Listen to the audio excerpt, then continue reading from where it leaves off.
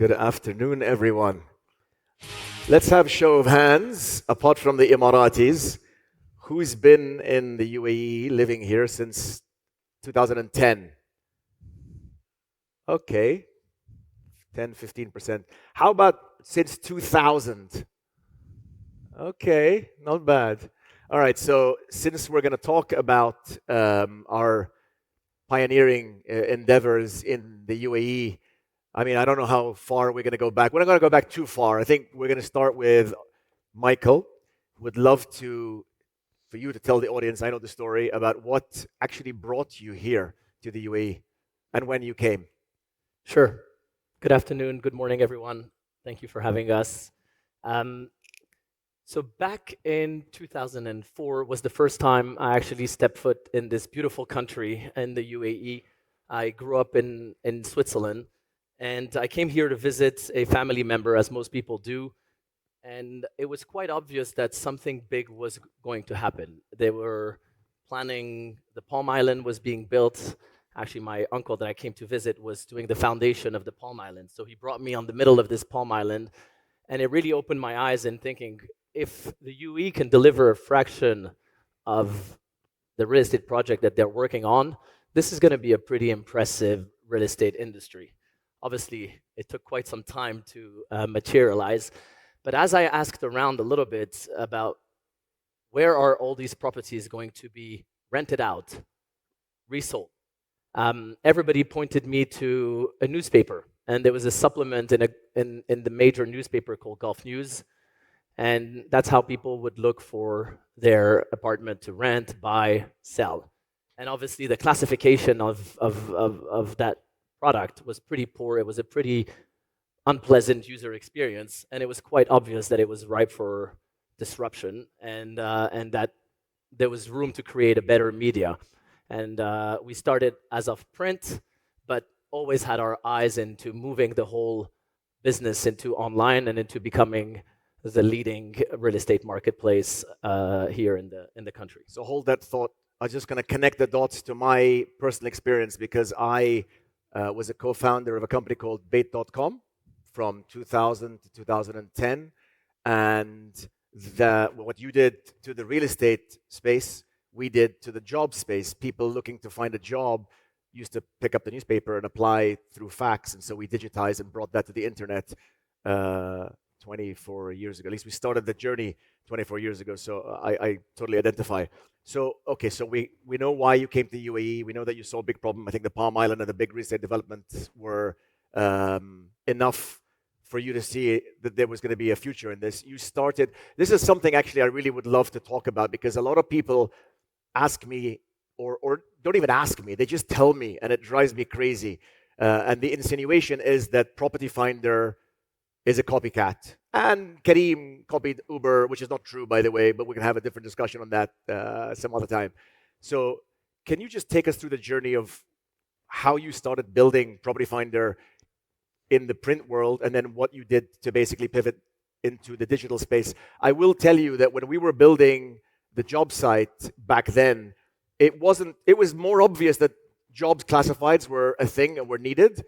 But when we first met, my initial reaction was, really? A vertical real estate classifieds? It wasn't obvious, and the world leaders in the US and Australia and China, in Europe and the UK were themselves getting going. They were building the category themselves, and so you built a category in this region and particularly in the UAE. Can you tell us about the transition? So in 2005, when we decided to start the business, internet penetration in the region was sub 40%. So if you wanted to deliver ROI to real estate agents that would advertise on your marketplace, you needed another medium than just digital. So we decided to start with the print. We got head-to-head with Gulf News, which was a very powerful publisher. And when I say head-to-head is they had locked in their advertisers in exclusivity agreement, basically saying, we'll give you 95% discount if you advertise exclusively with us. I was a client that signed up to that exact same contract, by the way, to get the big discount from Gulf News. Yeah. So 2 years in, as we're grabbing market share, Gulf News starts calling all our clients and say, you can't advertise in this publication, otherwise we're going to sue you and try to trying to get you to pay proactively or retrospectively the discount that we've given you. So that was really hard because I had decided to move here, invest all my savings into building a business, and then suddenly realizing that I was fighting against a massive dinosaur that it was going to be really, really hard to compete against. And at the time, there was no VC money, there was no investor willing to back such a venture. And so our only way to survive was to attract an investment from a global strategic, and that's a group from Australia that came in called the REA Group, and they're a subsidiary of News Corp, and they run a very successful property portal in Australia called realestate.com.au, and they decided to come into the UAE and back us and invest into the company. I had to give 51% of the company in 2007 to actually get that money, that funding. And luckily with them, we were able to pivot from the print to online. Gulf News didn't see that pivot happening, and we kind of got off their radar. And we were able to start building the online platform. And when the market decided to switch from print to online, which was accelerated with the 2008 global financial crisis that had hit this market pretty hard, when this transition happened, all the dollars went from print to online, and we were able to kind of capture the entire market. So there was quite a lot of hustle going into building that business. So I have so many questions about that experience, but I guess the ones that pop in my mind are, what the hell were you thinking building a business when there wasn't venture capital, number one, and number two, well, maybe I can ask the question for you, or just give you at least what I saw. So in 2012, a friend of mine calls me up. I think he's in the crowd here somewhere. Patrick, are you here? Yeah, there he is. And he says, "Hey, what are you doing now?" I had left my previous role at Bait. And I said, "Well, you know what I was doing at Bait, like building a tech business in the region.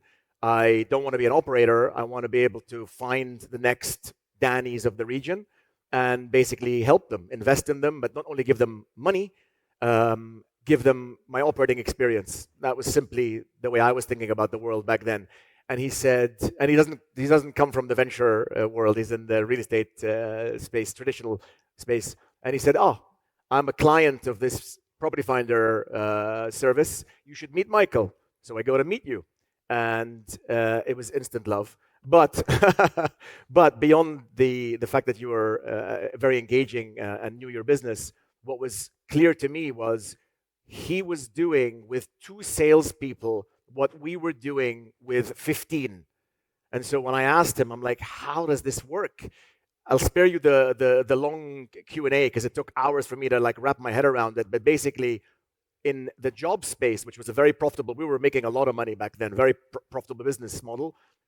We would sell and always have to continue selling our customers who would subscribe to our products and take monthly or 3-month packages or single postings. And then we'd have to wait a few months until they consume them and then go back and sell them. Whereas Michael would sell his customers an annual package once. And every time someone would knock on their doors, the doors of the brokers, it was oxygen because it was revenues. So I was selling an overhead and he was selling revenues. And hence he was more than 10 times more efficient than me. And that was for me, at least when I had that eureka moment. You know, every once in a while you talk to a founder and you don't get it, and you keep asking, and then suddenly, boom, the penny drops. That's when the penny dropped for me. And I can return that. Actually, my first conversation with Danny, I couldn't believe that he could understand what I was doing. Actually, I had spoken to so many investors here in the region and telling them about real estate classified and how an amazing model it is with recurring revenue, high margin, very defensible. And then nobody would ever understand. And then I meet Danny, and he's like, "Yeah, I get it. Yeah, I get it." And he was looking to invest, so it was just a perfect match. And luckily, we found each other. That was in 2012 when you invested for the first time. 12 years ago. Okay, switch gears. I'm mindful of time. So most people, I mean, you've built a very successful business, category leader, high margin, defensible. Liquidity, network effects, all the things we look for, the holy grail attributes of a business that we look for as investors.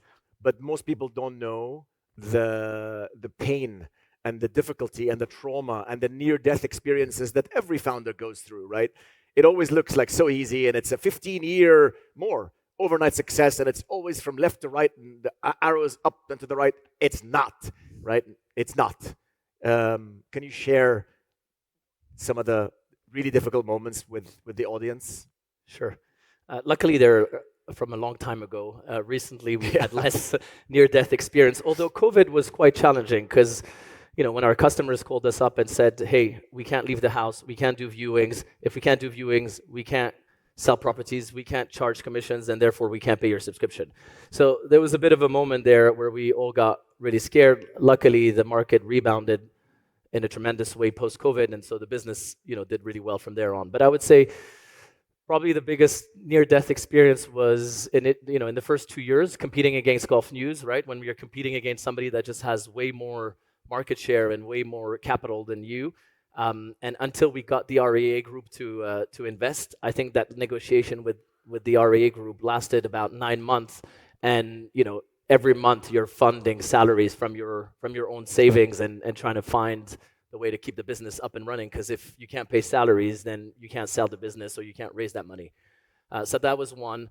2 years later after that, so that was 2007, 2009, when the global financial crisis hit the world, or 2008, it hit the world, and we thought for a while that it would spare the UAE, but it didn't spare the country, and eventually, real estate prices plummeted, and the REA group wanted to actually have a business that generates profit, and I explained to them, look, it's not possible. This is the time that we need to invest. Eventually, we realized that we didn't see eye to eye, and that I was, either they would buy me out or I would buy them out. And eventually, we agreed and shook hands that I would buy them out. And so I had to find the funding in order to buy them out in the middle of the financial crisis. Luckily, I had kept some of the money that I had cashed in from the sale 2 years earlier, and I was able to take control. So I guess that was another interesting experience of near death. Yeah. Maybe in between all of these near-death experiences and very difficult times, I can attest to having watched Michael just play this beautiful balance between pressing hard on the accelerator to grow without losing money, and try and stay somewhat cash neutral. And then things that go well, you press a little harder, and then maybe the market slows down and you take your foot off. But you're constantly having to tweak and calibrate. And it was wonderful to watch. Let me ask you, because you've asked me a ton of questions, and Danny is a very humble man, and he'll never want to talk about himself. But I mean, Danny did spot 3-4 unicorns in this country, and got involved with them very, very early on, like pre-seed and Series A, and that includes Kareem, Kitopi, Property Finder. But you're also in Fresha, where we're in together, which moved to the UK, but is also on its way to be another unicorn. So, what do you look in founders that are about to create unicorns, and how do you spot them that early? I'm going to say very quickly, because I have one last question for you. But basically, 3 things, right? The perfect combo of vision with operating prowess. What that means is, if you have too much vision, one can be very, very dreamy and forget about actually getting stuff done really well. And if you're really, really in the weeds and you're really good as an operator, you'll lose the strategic, inputs, and therefore, it's a moral hazard. So that combo is super important. The second thing is company building, right? When you see founders who just know how to recruit and retain and fundraise and communicate and just build a firm. And ultimately, you're building a company, right? So company building is really, really important for us. And then another one, it's more of an attribute. It's impatience. And by the way, impatience shows itself in very different ways, right? You're impatient, but you don't come across as impatient as I am. And I have worked with founders that if you talk to them, they're so calm and so calculating, but they're incredibly impatient. Inside is lots of turmoil going on, but they're very, very composed. So don't judge a book by its cover. Those are the 3 things. In the absence of time, I want to ask you, everyone asks me this question, and I know that you and I have grappled with the answer. And the answer, there's no right answer. The answer has changed from year to year. But I know that everyone would love to know, what is your end game? What is the end game for Property Finder? Is there a listing on the cards? And I know the answer could change, but as of today, Yeah. what would you tell the audience? Look, the end game is obviously to build a very successful company that can stand the test of time. A listing is probably going to be part of this story. It's not an end goal in itself. It's just another way to get access to capital or bring liquidity to shareholders. Tomorrow is a very important day in the UAE stock markets in general because there is a big IPO of the first growth consumer tech IPO, Talabat. The first decacorn list tomorrow, and hopefully that paves the way and is for more growth techs to be coming to the public markets. So it's not part of our plans as in imminent. It's not something that we're actually working on, but Property Finder is likely to be a public company at some point one day. So the journalists, you've heard it from the horse's mouth right here. Thank you, everyone. I believe time is up, and that's a wrap. Thank you, Michael. Thank you very much.